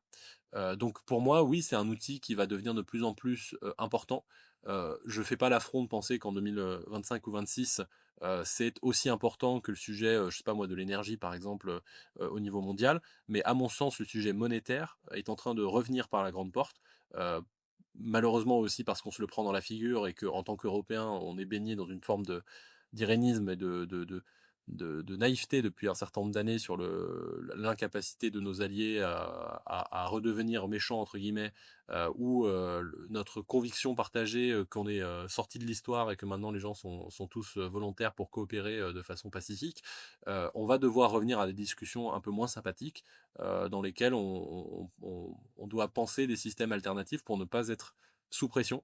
par qui que ce soit et pour préserver notre souveraineté, notre indépendance. Et donc en ce sens, j'avais dit dans une conférence une fois, par exemple, que De Gaulle aurait été bitcoiner, ce qui est peut-être un peu ambitieux, mais De Gaulle était, il faut le savoir, un des ardents défenseurs du retour à l'étalon or, notamment dans les années 60, parce que justement, il voyait très bien, et il y a une conférence de presse disponible de lui, d'ailleurs sur YouTube, de l'époque, il voyait très bien la problématique que nous vivons maintenant de plein fouet, qui est la problématique dans laquelle la monnaie internationale c'est le dollar, et donc les États-Unis peuvent s'endetter gratuitement, et le faire aux dépens du monde, puisqu'ils s'endettent dans une monnaie qui ne tient qu'à eux d'émettre. Je reprends ses propos. Donc lui, après cette phrase-là, c'était et il nous faut donc un actif de étalon qui ne porte la marque d'aucun État en particulier, et je ne vois rien d'autre que l'or. Ce qui est intéressant dans cette formulation, c'est pas de dire et je pense que c'est l'or, c'est et je ne vois rien d'autre que l'or, parce qu'évidemment Bitcoin n'existait pas à l'époque. Donc je pense que, sans trop m'avancer, et en étant fin spécialiste de Gaulle, non pas du tout, eh bien, on a un vrai sujet de géopolitique autour de la monnaie, et que Bitcoin, c'est clairement une des alternatives. D'accord. Bah, écoute, là, on va passer à la thématique qui va probablement te fâcher Pas parce que du ça va tout. être les critiques contre Bitcoin. Ah, écoute. Alors justement, quelles sont selon toi, finalement, les critiques les plus légitimes contre Bitcoin aujourd'hui? Il y en a pas beaucoup. Il y a des critiques non légitimes, sur ça, il y en a un certain nombre, hein, l'environnement, le blanchiment, la concentration des fonds, et Ah, on va cetera. en parler. Et puis les critiques légitimes, moi je pense que la plus légitime, c'est celle sur la confidentialité. C'est-à-dire qu'aujourd'hui Bitcoin est un réseau public, et que c'est pas scalable. On peut pas passer à l'échelle avec le niveau de confidentialité actuel sur Bitcoin. Il y a des travaux qui sont à faire pour augmenter la confidentialité. Sinon ça ne peut pas être utilisé comme un système de paiement du quotidien, à partir du moment où, avec juste une transaction, je peux refaire tout l'historique de ma vie, financière, c'est un peu compliqué. Donc il faut qu'il y ait des solutions comme Lightning Network, des solutions de confidentialité, des meilleures wallets. Il faut aussi que ça se joue d'un point de vue juridique, démocratique, le fait qu'on arrête ce délire de surveillance financière totale où il faut donner des justificatifs dans tous les sens pour chaque transaction de 15 euros. Donc voilà, c'est un tout, mais aujourd'hui, la critique la plus sérieuse et légitime sur Bitcoin, pour moi, c'est la confidentialité. Alors, ce qui est cocasse, c'est que c'est peut-être celle qui est le moins mentionnée. Parce que aujourd'hui, les gens dans le débat public restent persuadés que Bitcoin, à l'inverse, c'est un truc méga confidentiel, et que c'est pour les terroristes et que c'est pour les criminels. Alors que dans la réalité, la vraie critique, c'est strictement l'inverse. C'est que c'est pas assez confidentiel aujourd'hui. Alors l'autre sujet justement qui fait beaucoup réagir, c'est l'énergie, tu en parlais tout à l'heure. Alors on pourrait en parler, je pense, des heures. Ici, on va essayer d'aller quand même assez rapidement. Est-ce que tu penses que c'est un vrai problème ou est-ce que c'est un faux débat? C'est pire que ça. C'est ni un vrai problème, ni un faux débat. C'est que c'est une opportunité manquée. C'est-à-dire que la façon dont est présenté le sujet Bitcoin et environnement, notamment dans les médias, elle est, c'est même pas elle est mal informée, et donc on pense que c'est un problème, mais en fait ça va. C'est que on a une couverture médiatique qui qualifie Bitcoin de problème pour l'environnement, alors que la littérature scientifique dit pas non ça va, dit il faudrait accélérer le déploiement pour aider à lutter contre le changement climatique. Donc c'est pour ça que je dis que c'est pire que ça, c'est que c'est même pas une erreur d'ordre de grandeur, c'est une erreur de un moins un. C'est qu'on présente ça comme un problème alors que c'est une solution. Et donc c'est ça qui est extrêmement frustrant, c'est que, aujourd'hui, on regarde la littérature scientifique, on voit des papiers qui commencent à s'accumuler, il y en a plus d'une vingtaine aujourd'hui, des papiers académiques revus par les pairs dans des universités différentes, ça va de Cornell à Cambridge, en passant par, des universités en Norvège ou en Iran ou et cetera, qui globalement tendent vers la conclusion que Bitcoin a une utilité pour la stabilité des réseaux électriques, pour, la rentabilité des énergies renouvelables, pour, plein de choses, et on a cette description de Bitcoin comme étant un poison contre l'environnement. Donc c'est ça qui est embêtant. Alors comme tu le dis, on pourrait en parler 2 heures, mais c'est pas l'objectif aujourd'hui malheureusement. Mais le pour juste garder la substantifique moelle de pourquoi c'est intéressant pour l'environnement, il y a 2 jambes de réflexion. Il y a une jambe qui est mon avis personnel et aujourd'hui très peu traitée par la littérature académique. Donc là, je le précise, mais la deuxième est beaucoup plus. La première jambe, à mon sens, c'est une question de compatibilité du système monétaire actuel avec la crise climatique. Heu, pour le dire autrement, il faut se poser la question: est-ce que la lutte contre le changement climatique est compatible avec le système monétaire actuel? La réponse est non, dans une très large mesure, puisque le système monétaire actuel a pour objectif d'inciter à la consommation, de favoriser, la baisse de pardon, l'augmentation de la prédation sur les ressources, y compris pour ne produire rien d'intéressant. C'est le principe même du système fiat, hein, que de baisser l'exigence de rentabilité sur le capital. Autrement dit, de forcer les acteurs économiques à consommer des ressources, même pour produire des trucs inutiles. Donc, dit autrement, vous pouvez faire 36 COP par an si vous le souhaitez, ça ne sert à rien tant qu'on n'a pas changé de système monétaire. Donc ça, c'est le premier aspect de la réflexion, où à mon sens, revenir sur un étalon rare conduit à un comportement qui permet de rétablir des signaux prix dans l'économie qui sont cohérents avec la disponibilité des ressources, et donc d'être peut-être la meilleure chose qu'on puisse faire pour l'environnement aujourd'hui, ce serait de retourner sur un système monétaire qui permet aux agents économiques de percevoir directement la rareté des ressources et donc d'agir en conséquence sur leur propre comportement. Et la deuxième jambe, c'est celle qui est le plus traitée par la littérature académique, c'est plutôt le rôle que joue le minage de Bitcoin dans la transition énergétique. Et ça joue le rôle à plusieurs égards. J'ai mentionné la stabilité des réseaux, la rentabilité des renouvelables notamment. Le meilleur exemple qu'on puisse donner à l'heure actuelle, c'est ce qui se passe au Texas. Le Texas est un endroit où il y a un bon tiers du mix électrique qui aujourd'hui est constitué d'énergie renouvelable, et qui a eu un très gros problème similaire à ce qu'a eu l'Espagne récemment, mais en 2021, donc un blackout, parce que le réseau n'a pas été capable de tenir un événement climatique extrême, en l'occurrence un blizzard, et donc blackout, centaines de milliards de dégâts de dollars de dégâts, des centaines de morts accessoirement aussi. Et en fait, ils se sont retrouvés à prendre le précédent PDG du réseau électrique, à lui dire: tu as une mission, c'est d'équilibrer le réseau qui aujourd'hui n'arrive plus à tenir, pour notamment, c'est pas le seul problème, mais parce qu'il y a aussi eu le froid, les centrales à gaz qui n'ont pas marché, etc. Mais il y avait un problème d'intermittence du renouvelable, évidemment, qui est sur le réseau, donc il faut résoudre ce problème-là pour débloquer ce plafond de verre et continuer la transition énergétique. Et ce patron de réseau, après 6 mois, 1 an d'études, il est revenu en disant: bah, la solution à notre problème, c'est le minage de Bitcoin. Et depuis, le Texas a implémenté entre 3 et 5 gigawatts de puissance électrique de minage de Bitcoin, et ne subit plus ce genre d'événements climatiques extrêmes comme avant, parce qu'en fait, maintenant, elle a un talon de consommation énergétique qu'elle est capable de mobiliser en tout temps, très rapidement. Donc ça veut dire, si jamais il y a un événement extrême, le réseau, il appelle les mineurs de Bitcoin, c'est pas comme ça que ça se passe, mais c'est pour l'image, et il leur dit: rendez-moi l'électricité, comme ça veut dire que s'il y a 3 gigawatts utilisés, bah, en fait, vous avez une marge sur laquelle venir taper lorsque vous avez un problème d'intermittence.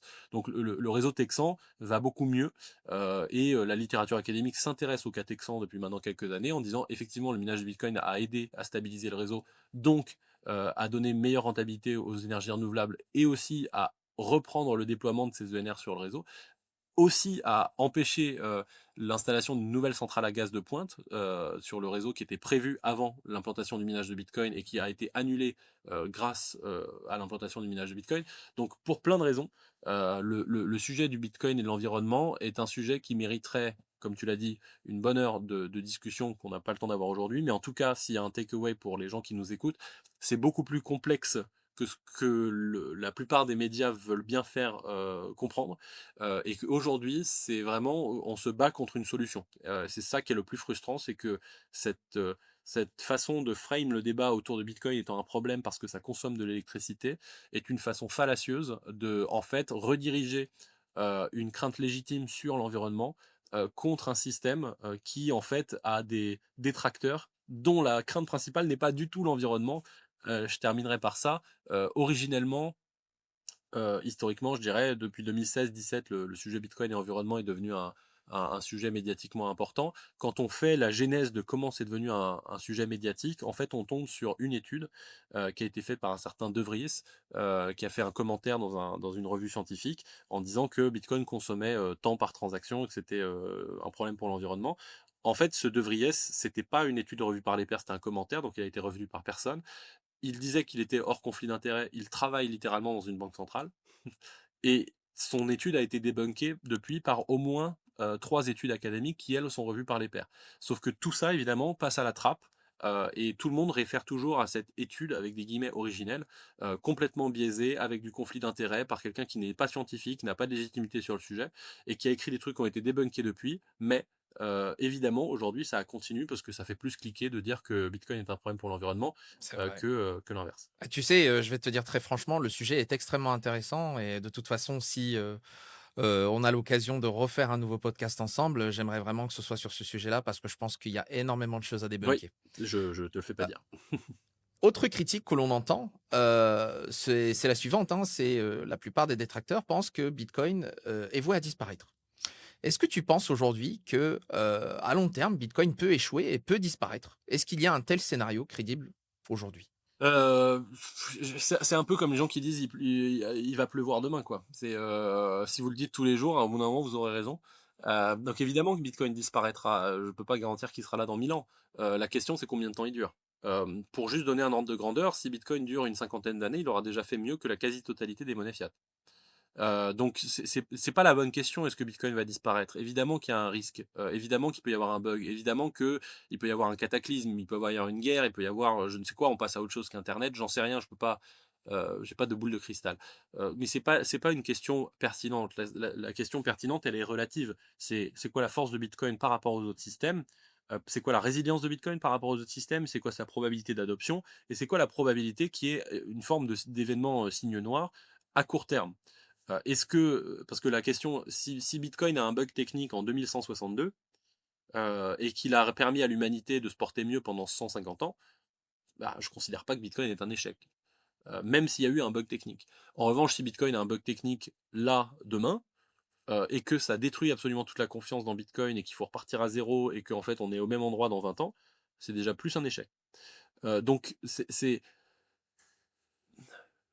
comme n'importe quel système technique, et je l'ai précisé tout à l'heure quand j'ai fait la comparaison avec l'or, il y a un caractère artificiel dans Bitcoin qui le rend faillible. La question n'est pas tant la faillibilité dans l'absolu que la faillibilité relative par rapport aux autres systèmes. À titre d'exemple, il y a une remarque qui revient souvent sur Bitcoin, c'est par exemple, mais le quantique. Si jamais le quantique arrive, Bitcoin est mort. Au-delà du fait que c'est pas tout à fait vrai, parce que le quantique permettrait éventuellement d'aller récupérer des bitcoins qui n'ont pas été dépensés depuis une quinzaine d'années. Il pourrait également éventuellement permettre de, tenter une attaque sur le réseau, à 51%, donc d'essayer de prendre le contrôle de la puissance de calcul du réseau. Mais dans la réalité, les bitcoins, il y a une quinzaine d'années, ils sont très facilement protégeables, il suffit de refaire une transaction avec. Donc ceux qui n'ont pas fait de transaction au moment où le quantique arrive, il est fort probable qu'en fait ce soit des bitcoins qui soient perdus, donc in fine, c'est pas c'est chiant, mais c'est pas un drame monstrueux que d'aller récupérer ces bitcoins. Et pour le système Bitcoin et au sens l'attaque 51%, ce qui est très intéressant avec Bitcoin, c'est que c'est de la théorie des jeux. Donc le jour où le quantique est disponible, il est disponible à l'attaque, mais aussi à la défense. Donc dans tous les cas, le gars qui a du quantique, en fait, ça devient plus intéressant pour lui de miner plutôt que d'attaquer le réseau. Donc, à l'inverse, le système bancaire, encore en COBOL, il prend le quantique, il est mort. Il tombe demain. Ça n'attend pas 2 minutes. Donc la question n'est pas est-ce que Bitcoin est vulnérable au quantique? Oui, dans un scénario X, Y, Z, Bitcoin, si le quantique est bien fait, de façon coordonnée, de façon cachée, par des États qui se mettraient ensemble pour attaquer Bitcoin, etc., sans le dire, nanana. Oui, dans ce scénario-là, c'est vrai que c'est un risque pour Bitcoin. Mais si on est honnête intellectuellement, alors faites le même scénario avec les autres trucs, et vous verrez que, en règle générale, les autres systèmes techniques tombent beaucoup plus tôt que Bitcoin parce qu'ils n'ont absolument pas la même résilience. Donc c'est pour ça que la question, elle est à mon sens biaisée dans la façon de l'aborder. C'est pas est-ce qu'il y a un scénario crédible où Bitcoin disparaît? Oui. Est-ce qu'il y a un scénario crédible dans lequel on meurt tous? Oui, a priori. Est-ce qu'il y a un scénario crédible dans lequel le système bancaire s'effondre? Oui, tellement oui que c'est déjà arrivé plein de fois. Donc voilà, c'est plus une question de se positionner relativement par rapport au reste et encore une fois de pas mettre tous ses œufs dans le même panier. Alors pour terminer, je vais te poser 2 questions. La première question, alors je sais que tu n'aimes pas trop parler prix, mais malheureusement, je suis obligé de te la poser. C'est, beaucoup de personnes, parlent du fameux prix à 1 million de dollars le bitcoin. Quel est ton avis sur ce sujet-là? C'est un avis de savoir si Bitcoin fera 1 million ou pas, c'est une question de quand et pas de si. Alors ça, c'est à plusieurs égards. Le premier égard, c'est que de toute façon, tout pricé en monnaie fiat tend vers plus l'infini, puisque par définition la monnaie fiat va à zéro. Donc c'est une question de quand et pas de si. Maintenant évidemment, le quand, est-ce que c'est dans 6 mois, dans 10 ans ou dans 150 ans? Bon, on va pas se comporter de la même façon, sur sa gestion de portefeuille en fonction de la réponse qu'on veut y attribuer. Heu, Maintenant pour moi, c'est ce qui est surtout intéressant à se poser, c'est la thèse d'épargne. Je parlais tout à l'heure de thèse d'épargne, il y a pas d'investissement. C'est de se poser la question de qu'est-ce qui va l'amener là? Pourquoi est-ce que finalement Bitcoin vaut pas zéro. C'est peut-être plus intéressant, dans ce sens-là. Je dis souvent dans des conférences que moi je viens pas expliquer si ça vaut 10, 100 ou 1000, mais je viens expliquer pourquoi ça vaut pas zéro. Hem, Si on considère que Bitcoin a vocation, à être le meilleur véhicule de préservation de l'épargne dans le temps et dans l'espace. Et on le considère parce que, ça a des caractéristiques techniques qu'on a abordées, de rareté, de non manipulabilité, d'indépendance, de détention en propre, de transférabilité, de divisibilité, et cetera, et cetera. Bon, si on part de ce postulat-là, et c'est une thèse, donc par définition je mets un si, heu, eh bien ça veut dire que une partie substantielle du capital qui est allé se loger dans les autres actifs, non pour leur qualité intrinsèque, mais pour, leur capacité à préserver de la valeur dans le temps, va en fait se redéployer. Alors qu'est-ce que j'entends par là? Besoin de faire un petit peu d'historique. À partir du moment où vous cassez le système monétaire, et donc vous enlevez à la monnaie une de ses caractéristiques principales, à savoir être une réserve de valeur. Donc aujourd'hui, la monnaie n'est pas une réserve de valeur, hein, c'est vraiment le seul actif pour lequel je peux mettre ma main à couper que l'an prochain, il vaudra moins que l'année d'aujourd'hui, ce qui est quand même compliqué pour une réserve de valeur. Donc depuis que la monnaie n'a plus ce statut de réserve de valeur, toute personne qui a du cash souhaite s'en débarrasser. Sauf que quand on se débarrasse du cash, il faut bien acheter quelque chose en face. Et donc ce quelque chose en face, si votre objectif c'est de préserver de la valeur, vous allez acheter quelque chose qui normalement réunit les qualités que vous attendez de la monnaie originellement. Donc la rareté, la capacité à tenir dans le temps, la durabilité, etc. etc. Et ça, bah, ça peut être par exemple l'immobilier en zone tendue, de l'immobilier de luxe. Ça peut être des œuvres d'art, ça peut être des actions d'entreprise que tout le monde s'arrache. Ça peut être, peu importe. En règle générale, les autres classes d'actifs.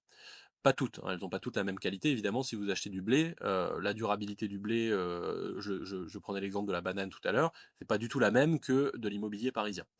Heu, mais ce faisant, sur les autres classes d'actifs, vous allez augmenter la quantité de la capitalisation de cet actif qui est détenu pour des raisons indépendantes de son, je disais tout à l'heure, sa qualité intrinsèque, même si intrinsèque ne veut pas dire grand-chose, mais en gros, quand vous achetez des actions, vous le faites parce que vous avez théoriquement fait une analyse une due diligence sur l'action et que vous pensez qu'elle va vous rapporter des dividendes parce que l'entreprise est bien positionnée sur le marché.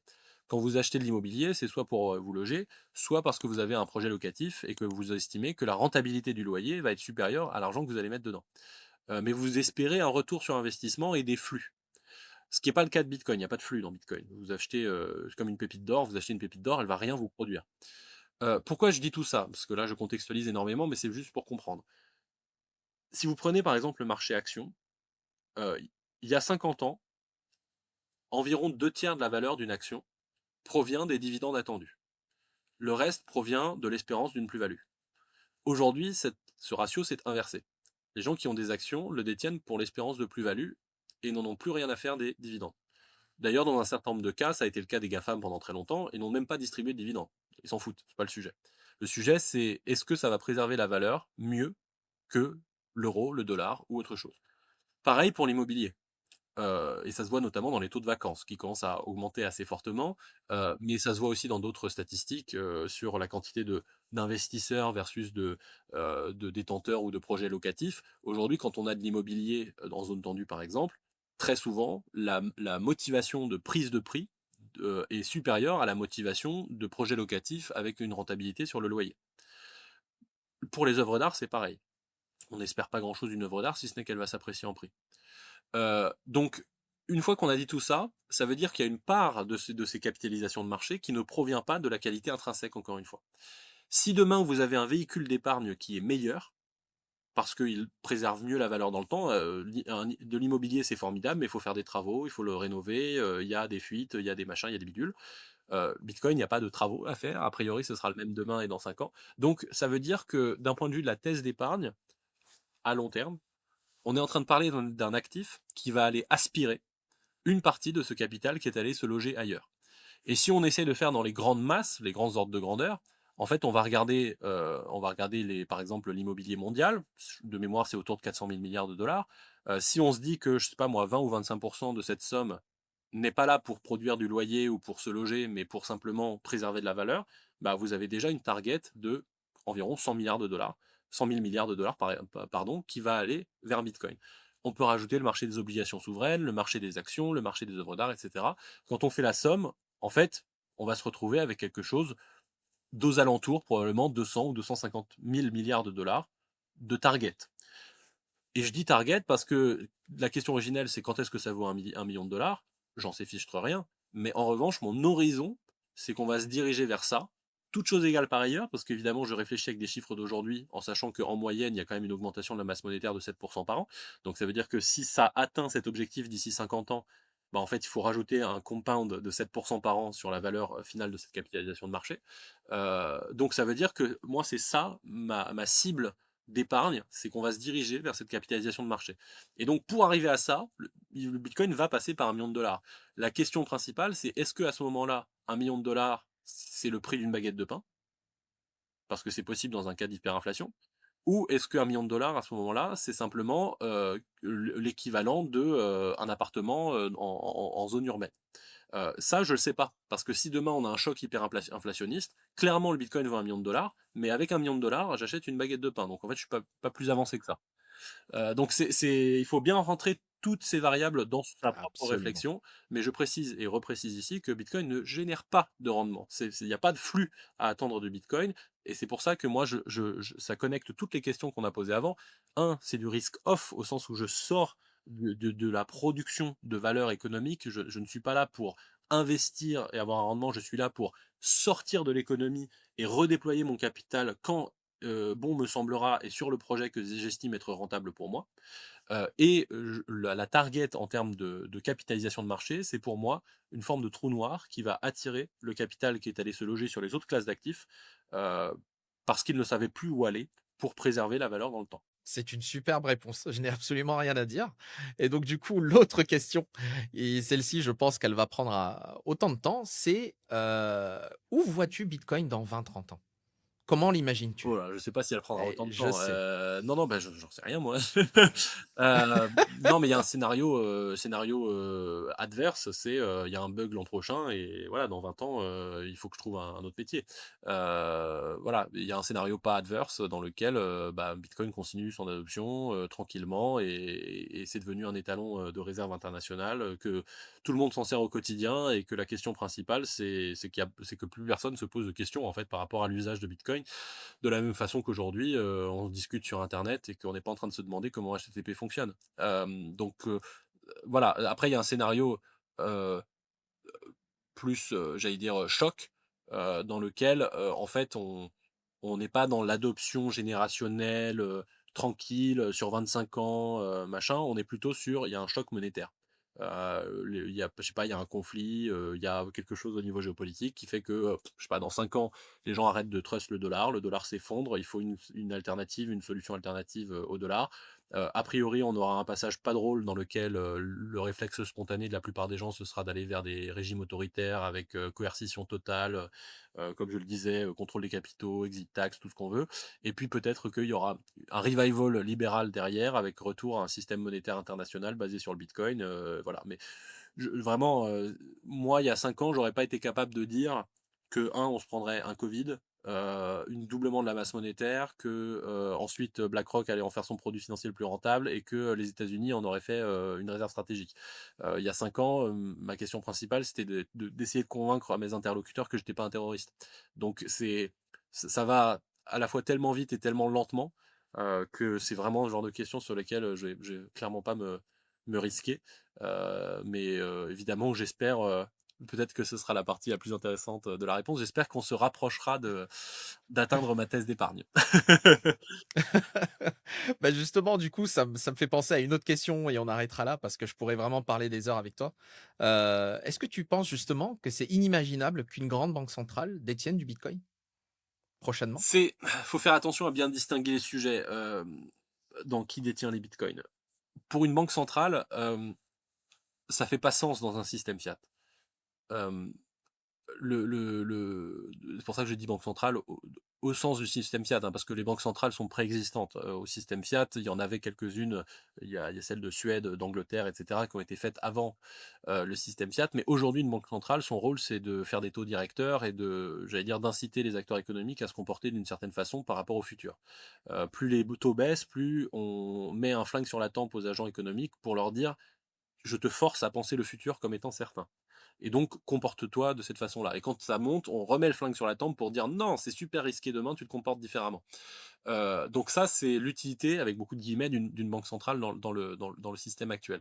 Cette utilité, elle est d'autant plus efficace qu'il n'y a rien derrière, l'étalon monétaire qu'elle garde. Parce qu'évidemment, dès qu'il y a quelque chose derrière, elles se retransforment dans ce qui était leur rôle précédent, c'est-à-dire d'une certaine façon le contrôle du change vis-à-vis de l'étalon. Et donc le fait d'avoir des réserves et de garantir aux agents économiques qu'ils peuvent toujours transformer contre un prix fixe, par exemple 20 $ ou 35 $ l'once d'or, comme ça l'était jusqu'en 71. Donc dans un système fiat, ça n'a pas de sens. Ça peut avoir du sens dans un système où on revient sur du fiat qui est arrimé à Bitcoin, mais à partir du moment où Bitcoin n'a pas le problème transactionnel de l'or, puisque c'est un système numérique qui fonctionne bien, bah, on peut se demander pourquoi ne pas transacter directement en Bitcoin plutôt que de faire un proxy. Donc pas beaucoup de sens. Pour les États, ça fait sens. Alors là, je le dis d'un point de vue avec un ethos libéral, entre guillemets, mais ça ne fait de sens pour les États que s'ils sont en situation de surplus budgétaire. Puisque d'un point de vue libéral, tant qu'il y a de la dette, le rôle de l'État, c'est pas stocker du bitcoin, mais c'est de rendre du pouvoir d'achat aux citoyens qui ensuite achètent du bitcoin si ça leur chante. C'est pas de le stocker pour le compte des citoyens. Maintenant, si bitcoin est devenu une monnaie, et que pour des raisons stratégiques, il est pertinent de garantir en permanence aux entreprises, aux citoyens, une forme de réserve de change pour le commerce international, ça peut faire du sens de détenir du bitcoin quand même, même si voilà, l'État est en déficit, et cetera. L'autre alternative qui me semble plus cohérente, c'est s'il y a un accord avec la population sur la constitution d'un fonds souverain, et bah, dans ce cas-là, ça peut être pertinent d'avoir du bitcoin dans un fonds souverain. Parce que dans ce cas-là, c'est-à-dire les règles de gestion sont claires, on a un fonds souverain, le but c'est de faire du rendement. Bah, pour faire du rendement, il faut faire de la gestion de portefeuille. Pour faire de la gestion de portefeuille, c'est intéressant d'avoir du bitcoin. Donc, c'est cohérent d'avoir du bitcoin dans son portefeuille. Mais en règle générale, je dirais que les fonds souverains sont quand même souvent corrélés à la situation de non-déficit des États. Et donc, finalement, les deux se retrouvent plus ou moins. Bah, écoute, merci infiniment Alexandre. Encore une fois, j'aurais pu discuter avec toi pendant des heures, mais j'espère qu'on refera à nouveau, un numéro ensemble et justement pour discuter d'autres sujets qui peuvent importer et qui méritent, encore une fois, des debunks. Bah, Merci avec encore, plaisir, vraiment. merci pour l'invitation, c'était un plaisir de discuter. Et puis moi aussi, si on m'arrête pas, je peux discuter 4 heures sur le sujet. Donc, faudrait pas que ça devienne indigeste pour nos éditeurs. Alors justement, n'hésitez absolument pas à suivre Alexandre Stashchenko, sur Twitter. Il est de plus en plus présent. Alors je sais qu'il travaille énormément, mais en tout cas, si vous avez besoin de creuser le sujet Bitcoin, vraiment c'est la meilleure personne pour vous éduquer sur cet aspect-là. Si. Et encore une fois, n'hésitez pas à suivre, heu, notre chaîne YouTube, pour les futurs, épisodes qui arrivent. Merci encore Alexandre Merci, et Omar. Et puis, vous pouvez aussi me retrouver sur mes tout nouveaux, enfin tout nouveaux, ils ont 6 mois, mais Instagram et TikTok, que je n'avais pas avant, mais sur lequel je fais des vidéos éducatives sur le sujet si ça vous intéresse, et sinon Twitter et LinkedIn. Et puis évidemment, n'hésitez pas aussi à télécharger Bitstack, ça fera de mal à personne. de toute façon, je mettrai tous les liens en description et vous pourrez le retrouver très facilement. Merci encore Merci à Alexandre, toi, vraiment, salut. merci beaucoup. À la prochaine, merci beaucoup.